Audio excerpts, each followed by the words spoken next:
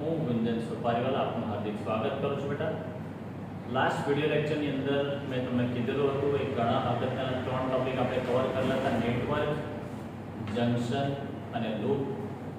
તો એનો આપણે બેઝિક ઓવરવ્યૂ પહેલાં લઈને આપણે આગળના લેક્ચરની શરૂઆત કરીશું. નેટવર્ક એટલે આપણે કીધેલું હતું કે આપણી પાસે વ્યવહારમાં ઘણા બધા ઇલેક્ટ્રોનિક્સ ઘટકો છે.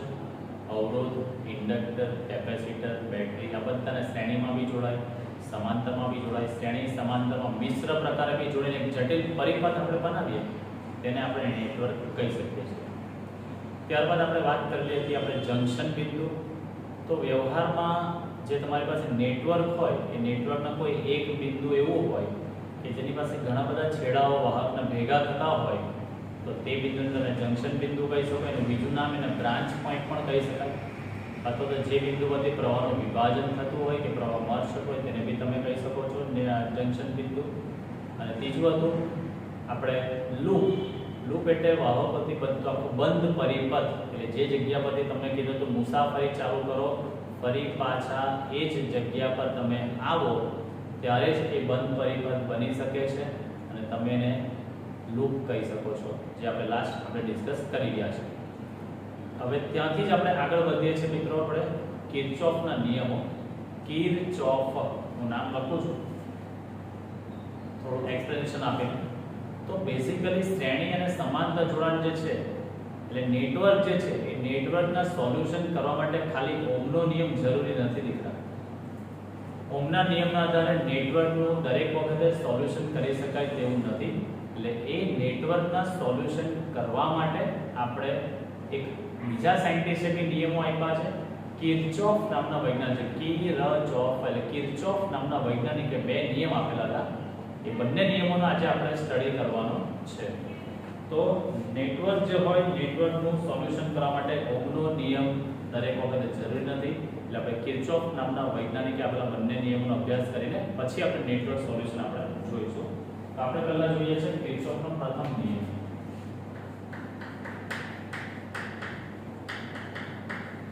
કિર્ચોફનો પ્રથમ નિયમ. આ નિયમ જે છે બેટા એ પ્રવાહનો નિયમ છે. તો આ જ સવાલ તમને કિર્ચોફનો પ્રવાહનો નિયમ, કિર્ચોફનો જંક્શનનો નિયમ અથવા તો KCL બહુ બધું તમે આને કહી શકો છો. આ જ વસ્તુ અથવા તો તમે આને કિર્ચોફનો જંક્શનનો નિયમ બી કહી શકાય અથવા તો આને શોર્ટમાં કિર્ચોફ કે કરંટનો નિયમ છે. C એટલે કરંટ KCL. એટલે આ જે છે KIRCL કિર્ચોફ કરંટ લો. સમજાવો. આ સવાલ તમને ઘણી બધી રીતે આ રીતે પૂછી શકે. જવાબ એનો એક જ છે જે તમને ખુદ ગબ્બર કરાવશે. તે ચલો સમજી લઈએ મિત્રો. આપણી પાસે અહીંયા આ કોઈ જંક્શન બિંદુ છે. આ કોઈ જંક્શન બિંદુ છે.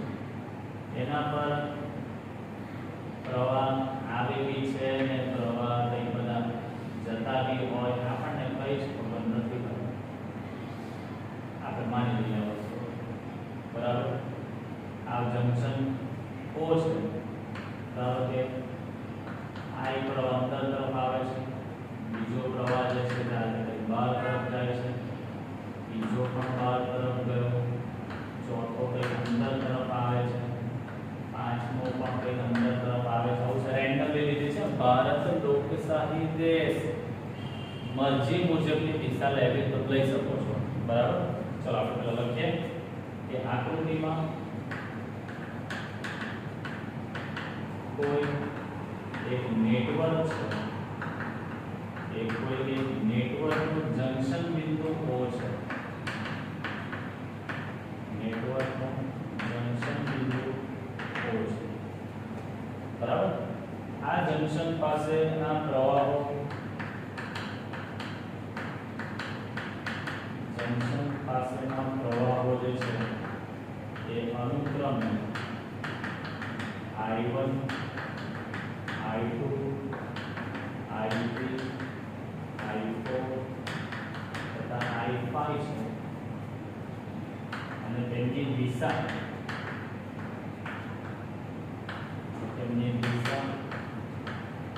મરજી મરજી લખવાનું મૂડી ગણિત લખવાનું મરજી મુજબ લીધેલ છે.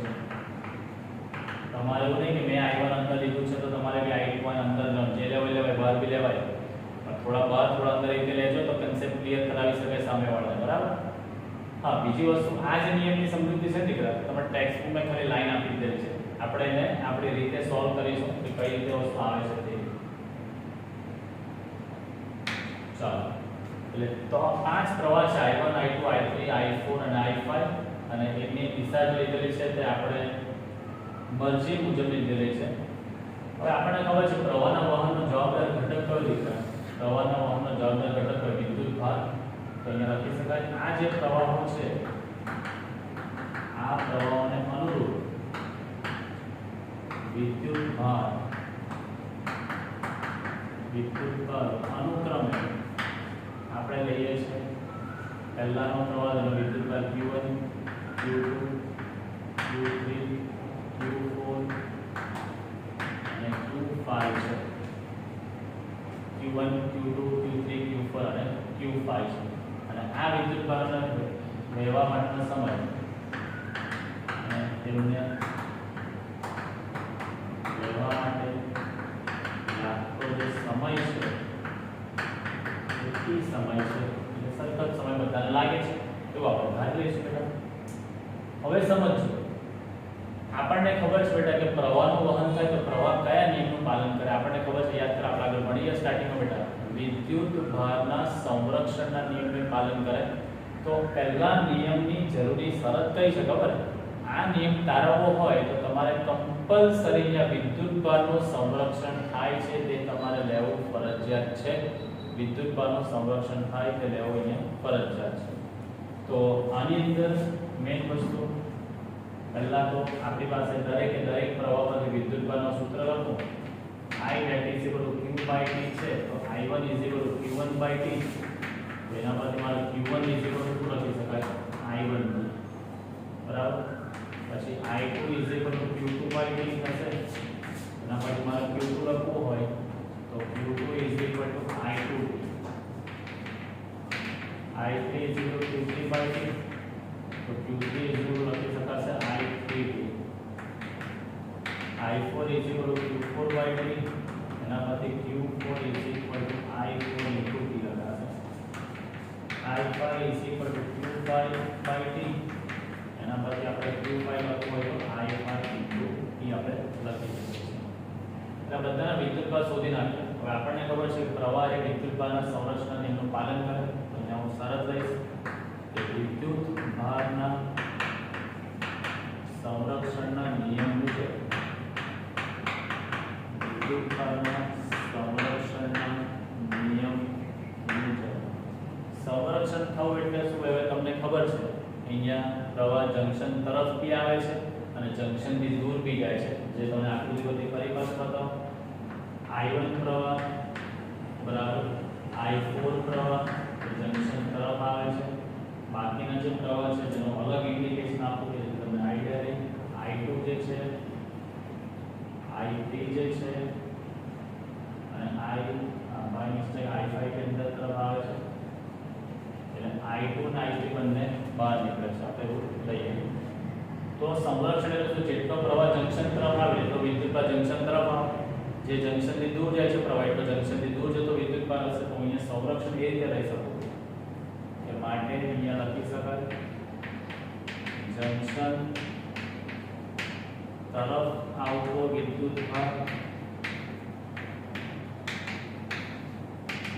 is equal to જંકશનથી દૂર જતો વિદ્યુત ભાર. ચાલો, જે પ્રવાહ જંકશન તરફ આવે છે તમે જુઓ જંકશન તરફ I1 ને I4 ને I5 આવે છે. એનો વિદ્યુત ભાર હું લખી શકું અહીંયા Q1 plus Q4 plus Q5. જંકશનથી દૂર તો કયા બે દૂર જશે? I2 અને I3. એનો વિદ્યુત ભાર Q2 અને Q3. चलो Q1 इज इक्वल टू આપણે લખી શકીએ I1t, Q4 is equal to I4t, Q5 is equal to I5t, that is equal to Q2 ની જગ્યાએ I2t, Q3 ની જગ્યાએ I3t. ચલો અહીંયા t કોમન આવશે I1 plus I4 plus I5. અહીંયા પણ t કોમન એટલે I2 plus I3. બંને પાસે t અને t કટ થઈ જશે એટલે અહીંયા આવશે I1 plus I4 plus I5 is equal to I2 plus I3. આ બધાને આપણે સાઈડ ચેન્જ કરીએ એટલે I1 plus I4 plus I5 plus જ કરું છું પણ I2 પેલી બાજુ તો શું લખી શકાય minus I2 plus minus I3 that is equal to 0. તો આ શું રિપ્રેઝન્ટ કરી શકીએ બેટા સરવાળો તો બધું શું છે સિગ્મા. આ એનું ગાણિતિક સ્વરૂપ બની ગયું sigma I that is equal to 0. આ શું થઈ ગયું સિગ્મા I. એનો મતલબ તમે કહી શકો છો કે જંકશન પાસેના પ્રવાહનો વૈદ્યુતિક સરવાળો કેટલો હોય છે બેટા 0 હોય છે. તો આનું સ્ટેટમેન્ટ બની ગયું જંકશન પાસે પ્રવાહનો વૈદ્યુતિક સરવાળો 0 હોય છે. આ પ્રથમ નિયમનું બેઝિક સ્ટેટમેન્ટ છે કે જંકશન પાસે આવતા પ્રવાહનો વૈદ્યુતિક સરવાળો કેવો હોય છે ભાઈ 0 હોય છે. જે જોઈ શકો છો. હવે તમને વિચાર કે સાહેબ મારે I1 I4 I5 આ બાજુ લઈ જવું હોય તો લઈ જઈ શકાય. કુલ પ્રવાહનો સરવાળો તો કેટલો થવાનો છે 0 જ થવાનો છે બરાબર છે. તો આના પરથી આપણે એની સંજ્ઞા પદ્ધતિ લઈએ. આપણે જ્યારે દાખલા કરીશું ત્યારે આપણા સંજ્ઞા પદ્ધતિનું બહુ કામ લાગશે કે કયો પ્રવાહ ધન ગણવો કયો પ્રવાહ ઋણ ગણવો. આ ખાસ યાદ રાખજો. આમાં તમે જોઈ શકો છો I1 I4 અને I5 આપણે ધન લીધો છે. I1 I4 ને I5 ધન જંકશન તરફ આવતા પ્રવાહ કેવા ગણવાના આપણે ધન ગણવાના. અહીંયા પહેલો નિયમ પહેલી સંજ્ઞા પદ્ધતિ જંકશન તરફ આવતા પ્રવાહોને આપણે ધન ગણવાના રહેશે. અને બીજું એનાથી વિરુદ્ધ જો અહીંયા માઈનસ માઈનસ લીધું છે એટલે જંકશનથી દૂર જતા પ્રવાહોને તમારે ઋણ ગણવાના રહેશે. જંકશન તરફ આવતા પ્રવાહ ધન જંકશનથી દૂર જતા પ્રવાહ ઋણ. આનાથી વિરુદ્ધ સંજ્ઞા પણ તમે વાપરી શકો છો. આનાથી વિરુદ્ધ સંજ્ઞા પદ્ધતિ પણ લઈ શકાય છે. એટલે એવું જરૂરી નથી કે જંકશન તરફ આવતો પ્રવાહ ધન ગણવાનો જંકશનથી દૂર જતો પ્રવાહ તમારે ઋણ ગણવાનો નેટ નેસેસરી. જંકશન તરફ બી તમે ઋણ ગણો તો જંકશનથી દૂર જતો એટલે તમારે ધન ગણવાનો છે. તો આ તમારી ટેક્સ્ટબુકની અંદર બહુ નાનો શોર્ટમાં આપી દીધેલું છે. આપણે એને થોડો વિસ્તૃતથી સમજેલા છે. કોઈ જંકશન બિંદુ લીધું છે. આ જંકશન બિંદુ પાસે ઘણા બધા પ્રવાહો ભેગા થાય છે I1 I2 I3 I4 અને I5. આપણે એવું જોઈ ગયા છે કે પ્રવાહના વહનનો જવાબદાર ઘટક કયો છે વિદ્યુતભાર. તો પહેલાનો પ્રવાહ I1 છે તો એનો વિદ્યુતભાર Q1 Q2 Q3 Q4 Q5 onward મે લીધા. અને એ વિદ્યુતભારને વહેવા માટે લાગતો સમય આપણે લીધો છે T જેટલો લીધો છે. હવે આ સૂત્ર I q/t પર તમે Q1 Q2 Q3 Q4 અને Q5 ને શોધી નાખ્યું. હવે અહીંયા પ્રવાહના વહન થાય એટલે સમજતા વિદ્યુતભારનું સંરક્ષણ તો થાય એટલે પહેલા નિયમની જરૂરી શરત પરીક્ષામાં પૂછાય છે કે કિર્ચોફનો પ્રથમ નિયમ શેના આધારે તમે મેળવી શકો છો તો વિદ્યુતભારના સંરક્ષણના નિયમના આધારે. તો જંકશન તરફ આવતા પ્રવાહ એટલે જંકશન તરફ આવતો વિદ્યુતભાર જંકશનથી દૂર જતો વિદ્યુતભાર એને આપણે સરખાવી દઈશું એટલે સંરક્ષણ થઈ જશે. આ લખ્યું T કોમન એ કેન્સલ કરીને સિગ્મા I કોઈ બી એકને તમે વેલ્યુ ચેન્જ કરો જે તમે અહીંયા લાવો છો તે પ્રમાણે તમારે સંજ્ઞા પદ્ધતિ તમારે લખવી જરૂરી છે.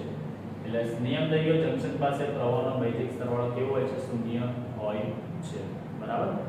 તો આ તો દીકરા આપણો કિર્ચોફનો પ્રથમ નિયમ અથવા તો કિર્ચોફ કરંટ લો. કિર્ચોફનો પ્રથમ નિયમ કિર્ચોફનો પ્રવાહનો નિયમ જંકશનનો નિયમ તમે કહી શકો છો.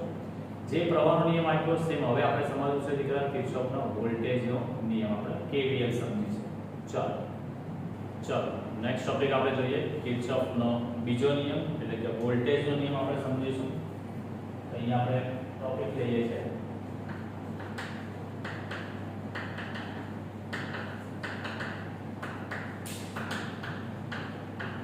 કિર્ચોફનો બીજો નિયમ, અથવા આને તમે કહી શકો છો કિર્ચોફનો લૂપનો નિયમ. કિર્ચોફનો લૂપ એટલે જંક્શનનો નિયમ હતો, આ લૂપનો નિયમ. તો તમે આને કહી શકો છો KVL, કિર્ચોફ વોલ્ટેજ લો સમજાવવાનું છે. આ નિયમ જે છે દાખલાના સોલ્યુશન માટેનો એટલો બધો ઇમ્પોર્ટન્ટ નિયમ છે કે આમાં જે સમજીશું બહુ શાંતિથી સારી રીતે સમજીને કામ કરવાનું રહેશે. તો મેઇન વસ્તુ જ્યારે બી કિર્ચોફનો બીજો નિયમ તમારે તારવવાનો હોય તો એ તારવવા માટે તમારે બે નિયમોનો ઉપયોગ કરવાનો છે, એટલે બે કન્સેપ્ટ. એક તો ઊર્જા સંરક્ષણનો નિયમ અહીંયા પાલન થાય છે તેવું ધારવાનું છે, અને વિદ્યુત સ્થિતિમાનની એક મૂલ્યતા. ઊર્જા સંરક્ષણનો નિયમ અને વિદ્યુત સ્થિતિમાનની એક મૂલ્યતા આપણે ધ્યાનમાં લેવાની છે. વિદ્યુત સ્થિતિમાનની એક મૂલ્યતા શું છે તે હું તમને આવે એટલે કહીશ. પહેલા ઊર્જા સંરક્ષણ શું છે તો તમને ખબર જ છે, બરાબર? તો મેઇન વસ્તુ અહીંયા લખી શકાય ઊર્જા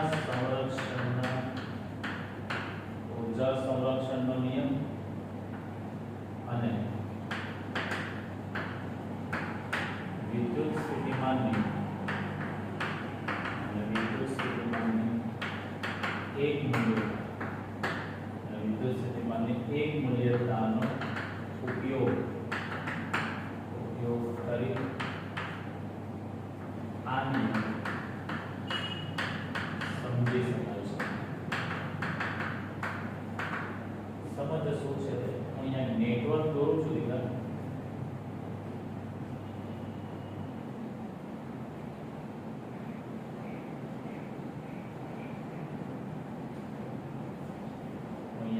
નેટવર્ક દોરી રહ્યો છું.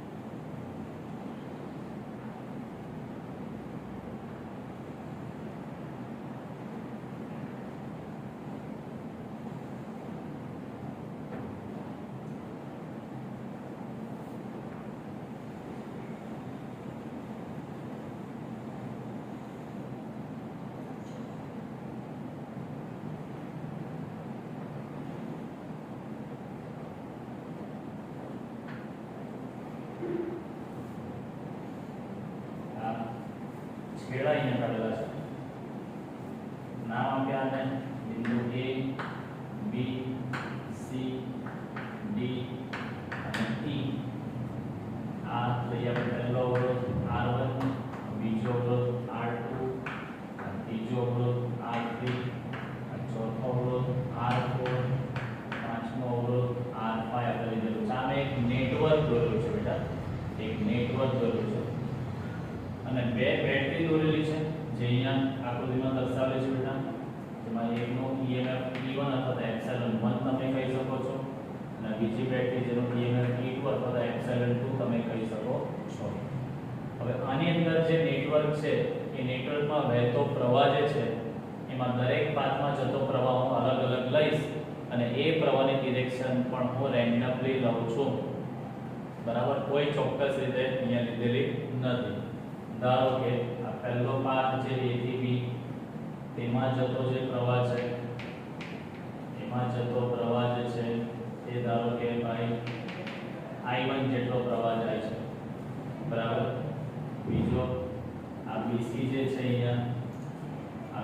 પાથ જે રસ્તો છે અહીંયા એમાં જતો જે પ્રવાહ છે તેને હું ધારો કે I2 પ્રવાહ કહું છું, બરાબર છે. ચલો ત્યારબાદ અહીંયા જે જતો પ્રવાહ છે આમાં C થી D માં તેમાં જતો પ્રવાહ I3 છે. આ ED માં જે જતો પ્રવાહ છે ધારો કે તેને હું I4 લઉં છું. આ I3 ની અંદર લખું છું, પ્રવાહ અંદર દર્શાવેલા છે એટલે. અને મેઇન વસ્તુ અહીંયા જે જતો પ્રવાહ છે તેને હું I5 લઉં છું. કયો લઉં છું બેટા? I5. રેન્ડમ ડિરેક્શન લીધેલી છે, નોટ અ પર્ટિક્યુલર ડિરેક્શન. જે ડિરેક્શન લેવી હોય તે તમે લઈ શકો છો, બરાબર. તમે એક નેટવર્ક લીધેલું છે જેની અંદર 5 અવરોધો છે અને 2 બેટરી આપણે અહીંયા દોરેલી છે. તો હું લખીશ અહીંયા શોર્ટમાં સમજવા માટે. ચાલો 5 અવરોધો R1 R2 R3 R4 તથા R5 અને 2 અવગણીય આંતરિક અવરોધ ધરાવતી 2 અવગણીય આંતરિક અવરોધ ધરાવતી બેટરી જેના EMF E1 અને E2 છે, બરાબર છે.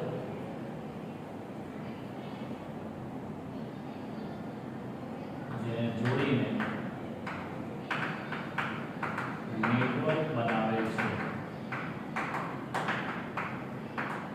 આખું જોડીને આપણે નેટવર્ક બનાવે છે. હવે જે બોલું છું તેના પર બહુ ખાસ ફોકસ કરજો દીકરા. બહુ જ અગત્યના મુદ્દાઓ બોલીશ, પણ અમુક મુદ્દા એવા છે કે જે બોર્ડ પર જગ્યાના અભાવે હું લખી નહીં શકીશ, તો તમે એને નોટ કરતા રહેજો, ખાસ સમજજો. હંમેશા પ્રવાહનું વહન આપણે એવું માનીએ છીએ ધનથી ઋણ. ધન એટલે ઊંચું વિદ્યુત સ્થિતિમાન અને ઋણ એટલે નીચું વિદ્યુત સ્થિતિમાન. પ્રવાહનું વહન હંમેશા ધનથી ઋણ તરફ જતું હોય છે. એટલે કે ધન એટલે ઊંચા વિદ્યુત સ્થિતિમાનથી નીચા વિદ્યુત સ્થિતિમાન તરફ જ થતું હોય છે, બરાબર. ચાલો એક આ મુદ્દો ખાસ તમે લખી લેજો. પ્રવાહનું વહન ઊંચા વિદ્યુત સ્થિતિમાનથી નીચા વિદ્યુત સ્થિતિમાન તરફ થતું હોય છે, બરાબર છે. હવે જે બીજો કન્સેપ્ટ મેં તમને કીધું પછી સમજાવીશ. વિદ્યુત સ્થિતિમાનની એક મૂલ્યતા મેં આગળ કીધું ને કે એ તમને આવશે ત્યારે કહીશ. તો હવે હું કહી દઉં છું પહેલા વિદ્યુત સ્થિતિમાનની એક મૂલ્યતા એટલે શું છે. તો આપણે આ નેટવર્કની અંદર જે જગ્યા પરથી આપણે મુસાફરી ચાલુ કરીશું, આપણે લૂપમાં ફરવાનું છે બેટા, તો જે જગ્યા પરથી આપણે આપણી મુસાફરી ચાલુ કરીશું, મુસાફરી ચાલુ કરતા પહેલા તે બિંદુ પાસે જેટલું સ્થિતિમાન હશે, મુસાફરી આખી કમ્પ્લીટ કરીને પાછા એ બિંદુ પર આવીશું તો સ્થિતિમાન એ જ જળવાશે, બરાબર છે. તમે આખા લૂપની અંદર મુસાફરી ચાલુ કરવા તરફ જવાનો છો દીકરા. જે બિંદુ પરથી મુસાફરી ચાલુ કરશો તો તે વખતે તેનું જે સ્થિતિમાન હશે, મુસાફરી કમ્પ્લીટ કરીને આવશો ત્યારે પણ સ્થિતિમાન તેનું તે જ જળવાશે. તો આ કન્સેપ્ટને તમે કહી શકો છો વિદ્યુત સ્થિતિમાનની એક મૂલ્યતા. વિદ્યુત સ્થિતિમાનની એક મૂલ્યતા. ધારો કે તમારા ક્લાસમાંથી કોઈ વિદ્યાર્થી કહે છે કે સર હું એ બિંદુ પરથી મુસાફરી સમઘડી દિશામાં ચાલુ કરું છું, સમઘડી દિશામાં. તો મુસાફરી ચાલુ કરે ત્યારે સ્થિતિમાન VA હોય, આખી મુસાફરી કમ્પ્લીટ કરીને પાછું આવશે તો બી વિદ્યુત સ્થિતિમાન કેટલું જળવાશે? VA જ જળવાશે. કોઈ કહે છે કે સર મારે C બિંદુ પરથી ચાલુ કરવું છે, વિષમઘડી દિશામાં જવું છે, તો C બિંદુ પર સ્થિતિમાન VC છે. મુસાફરી કમ્પ્લીટ કરીને પાછી આવે છે ત્યારે પણ સ્થિતિમાન VC જેટલું જ એના પર જળવાય છે. તો આ થઈ ગયું કન્સેપ્ટ આપણો વિદ્યુત સ્થિતિમાનની એક મૂલ્યતાનો, બરાબર.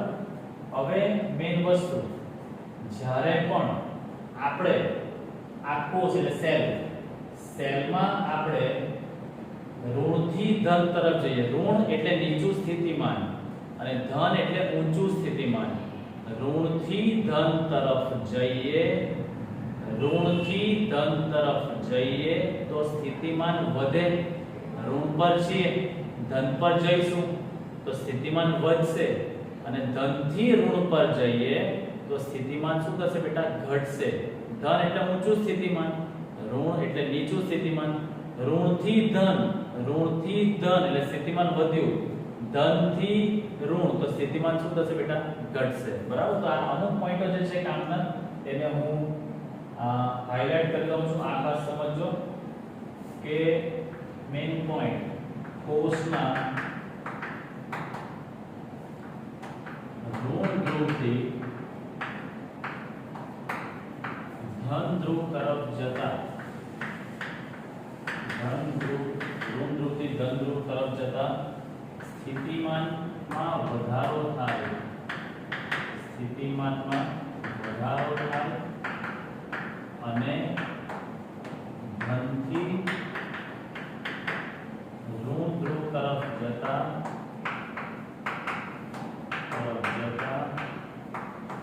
સ્થિતિમાનમાં શું થાય? તો ભાઈ ઘટાડો થાય. આ પોઈન્ટ બહુ જ અગત્યનો છે. બરાબર. અને જ્યારે પ્રવાહને અવરોધ બંને આપેલું હોય તો વિદ્યુત સ્થિતિમાન કેવી રીતે તમે શોધી શકો? ઓહમના નિયમ પ્રમાણે V આપણે IR આપણે લઈ શકીએ છીએ. V આપણે IR લઈ શકીએ છીએ.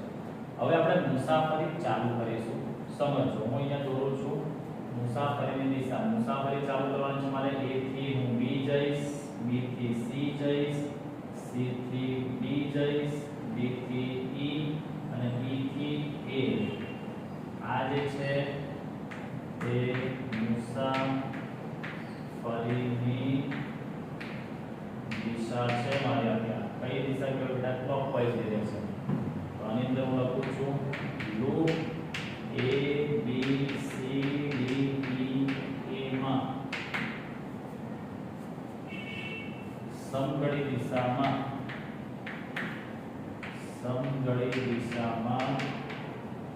મુસાફરી કરતા. હવે સમજો, આપણે દરેક પોઈન્ટને સમજીએ. આપણે પહેલા જવાનું છે દીકરા A થી B તરફ. બહુ જ અગત્યતા સાથે ચલાવું છું. હવે આ બહુ જ અગત્ય, આપણે જવાનું છે પહેલા A થી B તરફ. પ્રવાહની ડિરેક્શન જો કઈ છે? A થી B જે છે ને, પ્રવાહની દિશા પણ જો તમે મેં દોરેલી છે A થી B તરફ. પ્રવાહ હંમેશા ક્યાંથી ક્યાં જાય? ઊંચા સ્થિતિમાનથી નીચા સ્થિતિમાન તરફ. તો હું અહીંયા ઊંચું સ્થિતિમાન જે હશે, ઊંચું સ્થિતિમાન આ લખી રાખો. ઊંચા સ્થિતિમાન ઇંગ્લિશમાં હાયર પોટેન્શિયલ કહેવાય, એટલે HP લખીશ, HP. અને નીચું સ્થિતિમાન જે હશે એ નીચા સ્થિતિમાનને હું LP લખીશ, લોઅર પોટેન્શિયલ. ઊંચું સ્થિતિમાન એટલે હાયર પોટેન્શિયલ, નીચું સ્થિતિમાન એટલે લોઅર પોટેન્શિયલ. હવે અહીંયા તમે જુઓ પ્રવાહ A થી B તરફ જાય છે ને, પ્રવાહ A થી B એટલે A બિંદુ આપણું શું કહેવાય અહીંયા? Higher potential. અને B બિંદુ આપણું શું કહેવાશે? Lower potential. હાઈ થી લો, હાઈ થી લો. હાઈ ઊર્જા વધારે, લો ઊર્જા ઘટી. એટલે વધારે ઊર્જામાંથી ઓછી ઊર્જા પર આવે તો ઊર્જાનો શું થવાનો? વ્યય કરવો પડે ને. 100 જૂલ પરથી હું 80 જૂલ પર આવું તો વચ્ચે 20 જૂલ શું કરવું પડે? મારે વ્યય કરવું પડે. તો એ જે વ્યય કરવું પડશે એ સ્થિતિમાનમાં ઘટાડો દર્શાવે. શું દર્શાવે? સ્થિતિમાનમાં ઘટાડો દર્શાવે. તો A થી B પર જઈશ ત્યારે સ્થિતિમાનમાં ઘટાડો થશે. સ્થિતિમાન એટલે આમાં તમે જુઓ A થી B માં પ્રવાહ કયો છે? I1, અવરોધ કયો છે? R1. ઘટાડો એટલે હું લખી શકીશ માઈનસ I1 R1. શું લખીશ અહીંયા? માઈનસ I1 R1 અહીંયા લખીશ. કેમ? આપણે ક્યાંથી ક્યાં જઈએ છીએ?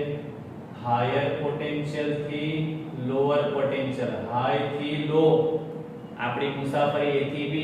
તો પ્રવાહ A થી B જાય છે તો અહીંયા A પર હાયર પોટેન્શિયલ, B પર લોઅર પોટેન્શિયલ. વધારે ઊર્જામાંથી ઓછી ઊર્જા તો ઊર્જા મુક્ત કરવી પડવાની સ્થિતિમાન સ્વરૂપે એટલે મેં લખ્યું હતા -I1 R1. હવે આગળ જુઓ.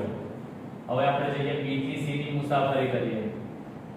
આપણી મુસાફરી B થી C પણ પ્રવાહ જો આપ્યો છે C થી B તરફ.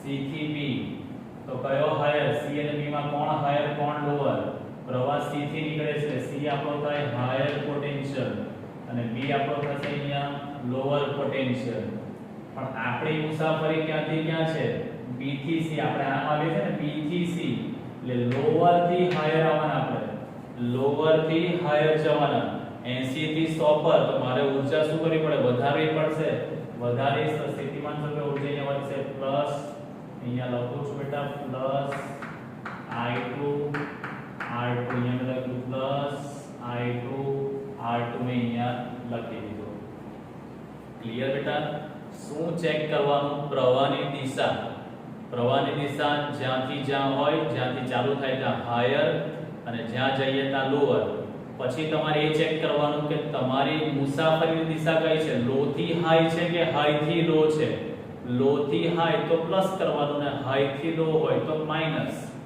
ચાલો હવે આપણે ચેક કરીએ ત્રીજો પાથ અહીંયા C થી D માં ચેક કરીએ તો C થી D માં આપણો જે પ્રવાહ જે જાય છે I3 આમ જ જાય છે આમ C થી D તરફ જ જાય છે એટલે C આપણો હાયર પોટેન્શિયલ અને D આપણો કહેવાય બેટા લોઅર પોટેન્શિયલ પ્રવાહ જો બેટા આમ એરો જુઓ C થી D એટલે C હાયર D લોઅર હવે આપણી મુસાફરી ચેક કરો આપણી મુસાફરી ક્યાંથી ક્યાં છે દીકરા C થી D છે એટલે હાયર ટુ લોઅર ઊર્જામાં ઘટાડો અહીંયા લખીશ minus I3 R3 higher two lower છે એટલે ચાલો હવે આપણે જોઈએ D થી E તરફ પ્રવાહ તમે જોઈ શકો છો પ્રવાહ જાય છે કયો દીકરા આ ડિરેક્શનમાં I4 આમ છે ને એટલે E થી D તરફ છે તો કોણ હાયર આ E હાયર થશે આમ આવે છે પ્રવાહ E હાયર અને D લોઅર હવે આપણી મુસાફરી કેમ જવાના અહીંયાથી A થી B B થી C C થી D B થી E આમ જવાના આ રીતે એટલે લોઅર થી હાયર જવાના લોઅર થી હાયર એટલે લોઅર થી હાયર વધે એટલે plus I4 R4 plus I4 R4 બરાબર અને હવે છેલ્લું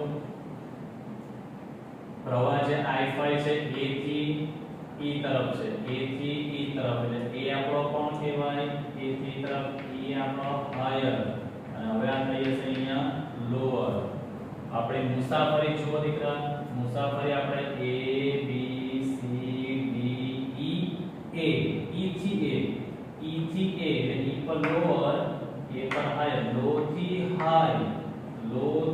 હાઈ તો વધે એટલે લખીશ પ્લસ I5 R5 આ થયું અહીંયા એટલે બહુ જ અગત્યની વસ્તુ બે મુદ્દા યાદ રાખજો દીકરા પ્રવાહની ડિરેક્શન પરથી પોટેન્શિયલ નક્કી કરો તમને જે પ્રવાહની ડિરેક્શન આપેલી હોય તો કોણ હાયર કોણ લોઅર એ સૌથી પહેલા ચેક કરો ત્યારબાદ શું ચેક કરવાનું તમારી મુસાફરી જોવાની આપણે કોઈ બી એક જ વાઇઝ ફરવાનું ક્લોકવાઇઝ અથવા તો એન્ટી ક્લોકવાઇઝ જ ફરવાનું ક્લોકવાઇઝ ફરો છો તો જોવાનું લોઅર થી હાયર જાવ છો કે હાયર થી લોઅર થી હાયર તો વધે જ હાયર થી લોઅર તો ઘટશે તો પહેલામાં તમે જોઈ શકો છો A થી B પ્રવાહ જાય છે A થી B તો A હાયર છે અને B લોઅર છે હાઈ થી લો પર ગયા એટલે ઘટાડો બતાવ્યો એટલે માઈનસ થઈ ગયું છે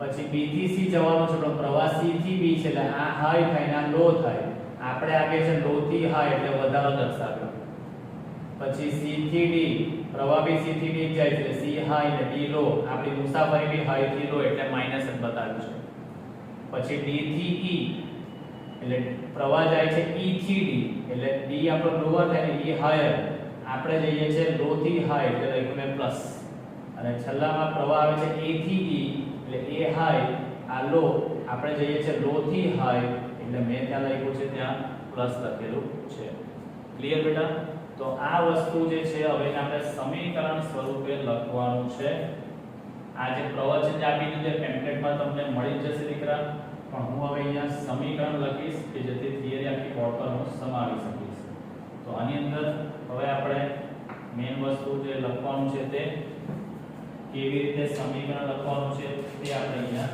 જોઈશું. તો એ બિંદુ પરથી મુસાફરી ચાલુ કરતા પ્રારંભિક સ્થિતિમાં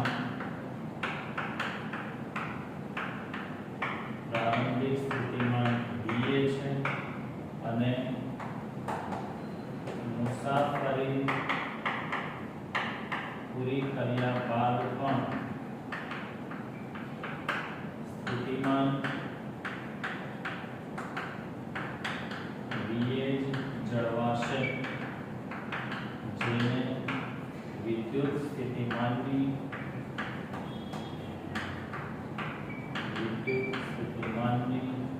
એક મૂલ્યતા કહે છે. વિદ્યુત સ્થિતિમાનની એક મૂલ્યતા કહે છે. બરાબર. ચાલો હવે આપણે સમીકરણ લખીએ. તો આપણે મુસાફરી ચાલુ કરી છે એ બિંદુ પરથી. તો એ બિંદુ પર પ્રારંભિક સ્થિતિમાન કેટલું હશે? VA.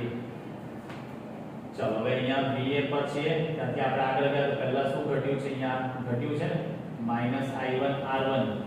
હું લખીશ -I1R1.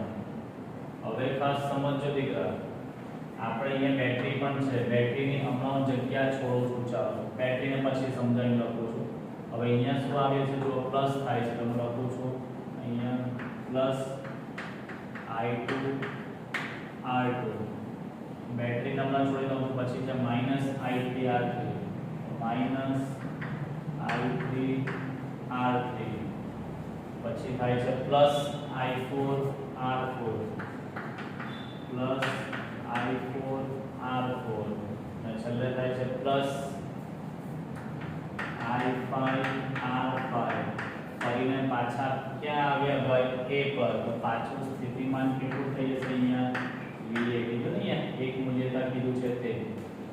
હવે આપણે જોવાનું છે અહીંયા બેટરી. તો બેટરીમાં ખાસ તમારે શું યાદ રાખવાનું છે કે તમે મુસાફરી કરો છો, જે બોલું છે એના પર ફોકસ કરજો દીકરા. તમે મુસાફરી કરતા જો આમ જાઓ છો, મુસાફરી આપણે A થી B, તો ઋણથી ધન તરફ જાઓ ને, ઋણ ધ્રુવથી ધન ધ્રુવ તરફ જાઓ. ઋણ એટલે નીચું, ધન એટલે ઊંચું. બરાબર છે. ઋણથી તમે ધન તરફ જાઓ એટલે વધ્યા, EMF વધ્યો. ઋણથી ધન તરફ જાઓ તો EMF વધ્યો. EMF વધ્યો એટલે હું અહીંયા લખીશ +ε1. શું લખીશ? +ε1. ઋણથી ધન તમે જાઓ છો એટલે EMF વધે. આ ઋણથી ધન EMF વધે એટલે પ્લસ. ચલો આગળ આવો. હવે આપણી મુસાફરી થાય છે ધનથી ઋણ. ધનથી એટલે ઊંચો, થી ઋણ નીચે, ધનથી ઋણ એટલે ઘટાડો. એટલે ત્યાં શું લખવું પડે બેટા? મારે માઈનસ શું લખવું પડે ભાઈ? E2. બરાબર. આને હું લખું છું E1. ખબર પડી ભાઈ? બેટરીમાં તો એકદમ સિમ્પલ જ છે અને પેલામાં બી સિમ્પલ. હાઈ થી લો, આપણી મુસાફરી હાઈ થી લો તો ઘટાડવાનું, લો થી હાઈ તો વધારવાનું. અને મુસાફરી કરતા જોઈ લેવાનું કે બેટરીમાં ઋણથી ધન તો વધે, ધનથી ઋણ તો ઘટે.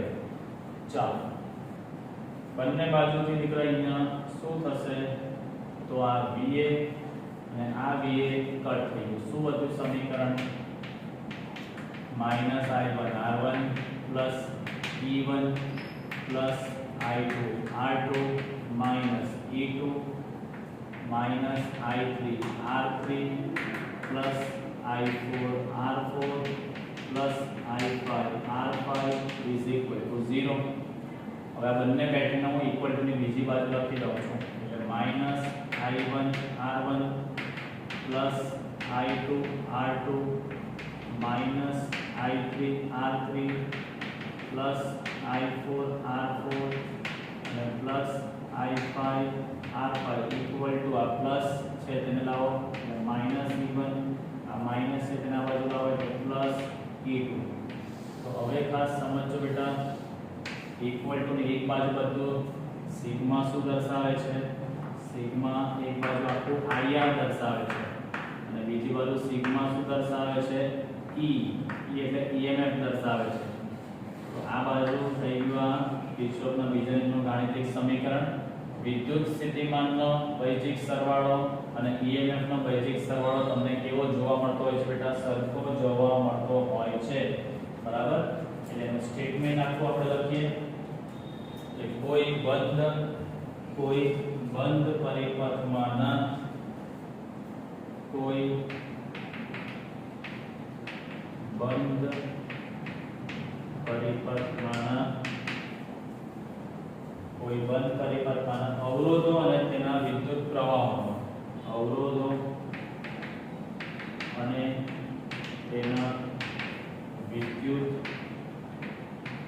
પ્રવાહોનો પ્રવાહોના ગુણાકારનો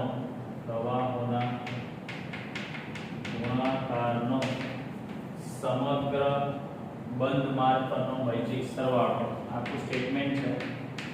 સમગ્ર બંધ માર્ગ પરનો બૈજિક સરવાળો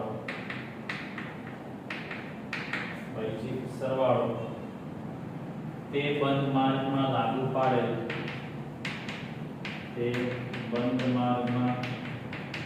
લાગુ પાડેલ EMF ના બૈજિક સરવાળા જેટલો હોય છે. EMF ના બૈજિક સરવાળા જેટલો હોય છે. આ સ્ટેટમેન્ટ છે. બરાબર? આ સ્ટેટમેન્ટ છે ખાલી. એ સ્ટેટમેન્ટ એટલે એટલું છે એકદમ ક્લિયરલી કે બેટા આમાં હું કંઈ પ્લસ ઓર માઈનસ કરું તો તમારાથી એક્ઝામમાં નહીં થવું જોઈએ, એટલે મેં એને વ્યવસ્થિત અંદરથી નોટ કરીને લખેલું છે.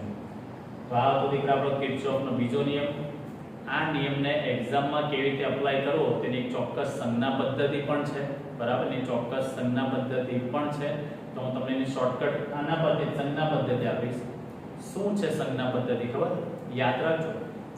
તમે પેમ્પલેટમાં જોશો એટલે તમને મળી જશે સંજ્ઞા પદ્ધતિ શું છે તે. જે બોલું છું તેના પર ફોકસ કરજો. આપણી મુસાફરીની દિશા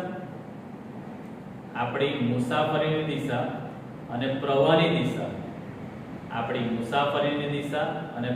દિશા, જો સમાન હોય તો હંમેશા સ્થિતિમાન ઘટે, એટલે માઈનસ તમારે લેવાનું. જુઓ આપણી મુસાફરી જુઓ A થી B છે અને પ્રવાહ પણ A થી B જાય છે, એટલે આવેલું તો માઈનસ. બરાબર? બીજી કોઈ જગ્યાએ એવી જોઈએ આપણે, આપણી મુસાફરી જો C થી D હતી અને પ્રવાહ બી C થી D જાય છે, ત્યાં બી આવેલું તો માઈનસ. એટલે મુસાફરીની દિશા અને પ્રવાહની દિશા જો સમાન હોય તો હંમેશા સ્થિતિમાન તમારે શું યાદ રાખવાનું? ઘટે. અને એની વિરુદ્ધ મુસાફરીની દિશા અને પ્રવાહની દિશા વિરુદ્ધ હોય તો વધે. બરાબર? મુસાફરીની દિશા અને પ્રવાહની દિશા વિરુદ્ધ હોય તો સ્થિતિમાનમાં શું લેવાનું? તમારે વધારો લેવાનો. તો એને હું આ તમે સમજી લીધું છે મિત્રો, અહીંયા નોટ કરું છું. આટલો પોર્શન રિમૂવ કરીને અહીંયા હું લખી છે સંજ્ઞા પદ્ધતિ, જે ઘણી કામની છે તે સમજજો. અહીંયા હું લખું છું સંજ્ઞા પદ્ધતિ. શોર્ટમાં લખી દઈશ મુસાફરીની દિશા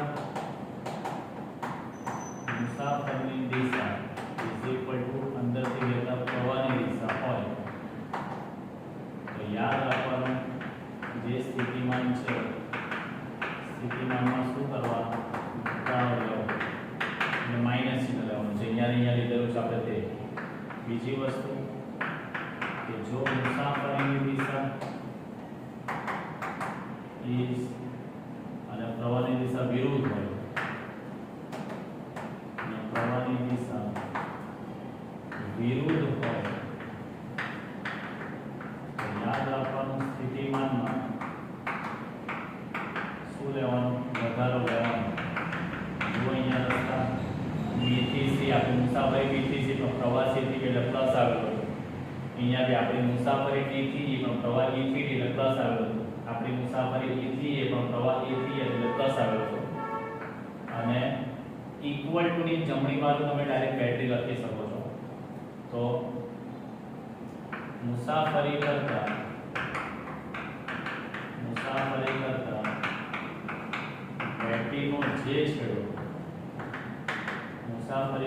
બેટરીનો જે છેડો પ્રથમ આવે